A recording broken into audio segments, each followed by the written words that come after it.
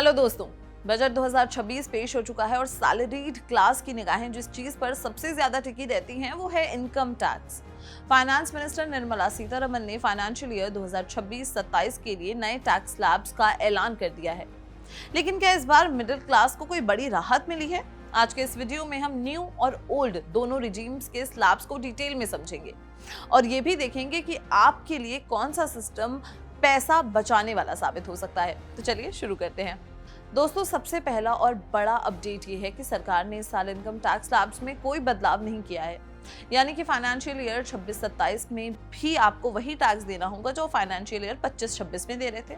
इसका बड़ा कारण ये भी है कि पिछले साल टैक्स रिजीम में काफी बड़े बदलाव किए गए थे और अगले कुछ महीनों में एक नया इनकम टैक्स एक्ट भी आने वाला है। इसलिए फाइनेंस मिनिस्टर ने फिलहाल स्टेटस क्वो यानी स्थिति को बरकरार रखा है। सबसे पहले बात करते हैं न्यू टैक्स रिजीम की, जो कि अब डिफॉल्ट रिजीम है।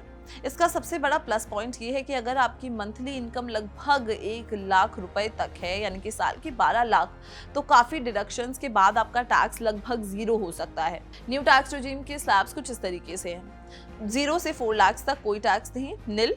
4 से 8 लाख में 5% टैक्स, 8 से 12 लाख में 10% टैक्स, 12 से 16 में 15, 16 से 20 में 20, 20 से 24 में 25% टैक्स, 24 लाख के ऊपर सीधा 30% टैक्स। ध्यान रखिए, न्यू रिजीम में सीनियर सिटीजन्स के लिए कोई अलग से एग्जेम्पशन लिमिट नहीं है, सबके लिए स्लैब्स एक ही हैं। अब आते हैं ओल्ड टैक्स रिजीम पर। ये सिस्टम उन लोगों के लिए है जो इन्वेस्टमेंट्स के जरिए टैक्स बचाना चाहते हैं। इसमें टैक्स रेट्स तो हाई हैं, लेकिन एग्जेम्पशंस काफी ज्यादा मिलती है।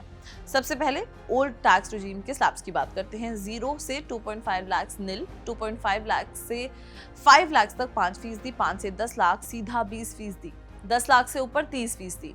यहाँ ध्यान देने वाली बात यह है कि ओल्ड रिजीम में सीनियर सिटीजन्स यानी कि 60 से 80 साल के लिए लिमिट 3 लाख है और सुपर सीनियर सिटीजन्स यानी 80 साल प्लस के लिए 5 लाख है। लेकिन ध्यान रखिए, अगर आपने 31 जुलाई तक ITR फाइल नहीं किया तो आप ओल्ड रिजीम का फायदा नहीं ले पाएंगे, आप ऑटोमेटिकली न्यू रिजीम में चले जाएंगे। तो दोस्तों, दोनों रिजीम्स का असली खेल डिडक्शंस में छुपा हुआ है। ओल्ड रिजीम में आपको मिलती है काफी सारी छूट, यानी कि एग्जेम्पशंस जैसे कि सेक्शन 80C, PPF, LIC और म्यूचुअल फंड्स पर 1.5 लाख तक की बचत, HRA यानी कि हाउस रेंट अलाउंस, किराए के मकान पर छूट, सेक्शन 80D मेडिकल इंश्योरेंस पर बचत, होम लोन इंटरेस्ट, घर के लोन पर ब्याज का फायदा। फिर है स्टैंडर्ड डिडक्शन जो ओल्ड में 50,000 है और न्यू में 75,000 स्टैंडर्डाइज। लेकिन न्यू रिजीम में आपको इनमें से कोई भी बड़ी एग्जेम्पशन नहीं मिलती, वहां सिर्फ लोअर टैक्स रेट्स का फायदा मिलता है।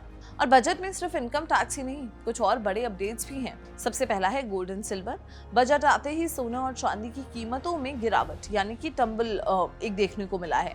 सिल्वर तो लगभग 9% तक ड्रॉप हुआ है। फिर है कैपिटल एक्सपेंडिचर। देश के विकास के लिए सरकार ने 12.2 लाख करोड़ का टारगेट रखा है, जो इंफ्रास्ट्रक्चर के लिए बहुत अच्छी खबर है। फिर है ओवरसीज रेजिडेंस। विदेशी निवासियों के लिए इन्वेस्टमेंट लिमिट को भी डबल करके 10% कर दिया गया है। तो दोस्तों, कंक्लूजन यही है कि अगर आपको इन्वेस्टमेंट नहीं करना है या नहीं करते तो न्यू रिजीम आपके लिए बेस्ट है। लेकिन अगर आपके पास होम लोन है, LIC है और बाकी इन्वेस्टमेंट्स हैं तो ओल्ड रिजीम अब भी आपका काफी पैसा बचा सकती है। आपको क्या लगता है, क्या इस बार टैक्स स्लैब्स में बदलाव होने चाहिए थे? क्या आपको बजट से निराशा हुई या आप खुश हैं? अपनी राय हमें कमेंट सेक्शन में जरूर बताएं और अगर ये वीडियो पसंद आई हो तो लाइक और शेयर करना बिल्कुल भी ना भूलें और देखते रहें जागरूक न्यूज़।